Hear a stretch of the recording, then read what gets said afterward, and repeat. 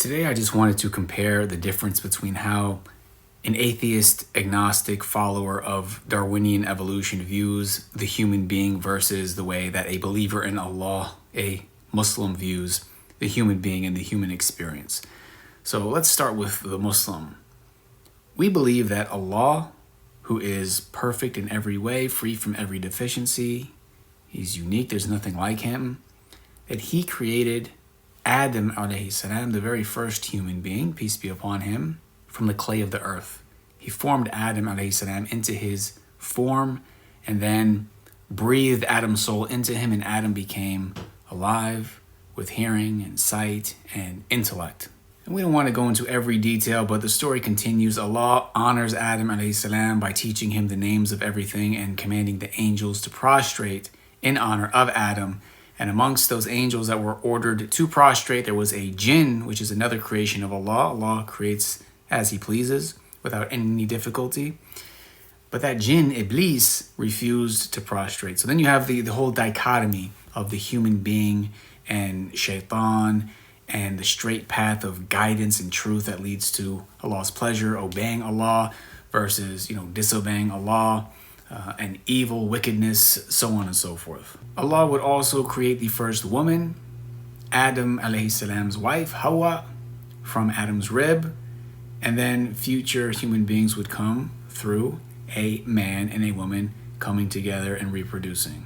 So when a Muslim reflects on who they are, we understand we are a specific creation that Allah honored, but Allah also gave us a certain responsibility and all the blessings that he's given us. And when we think about Adam alayhi salam, the situation between him and Iblis trying to lead us astray, and the day of judgment where we're going to be held accountable for the way that we lived our lives. I mean, this is a very profound way to view the human being and the human condition. The goal is to be as righteous as possible, to obey Allah, do that which is pleasing to him. He is the all-knowing, he is the all-wise, he sent us guidance, and the best thing we can do is try our best to adhere to that guidance. This is how we can be successful both in this life and in the hereafter. We can have the best of character, we can be the best of the creation of Allah. Now let's compare all of that to the atheist agnostic that follows Darwinian evolution. They believe human beings are apes. And some of them can't seem to stress this enough. It's like every chance they get, they want to stress this idea that we're just apes. We are just animals. So while Muslims look at prophets, try to follow the guidance that Allah sent, people like this will very often say, let's look at the animal kingdom. Because we're just like them. We're animals just like them. So let's see what animals do.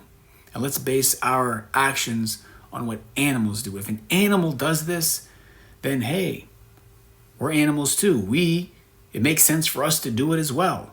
And it's really interesting because, so much of these sorts of theories are based on the notion that these people are intelligent, right? This is like intelligence.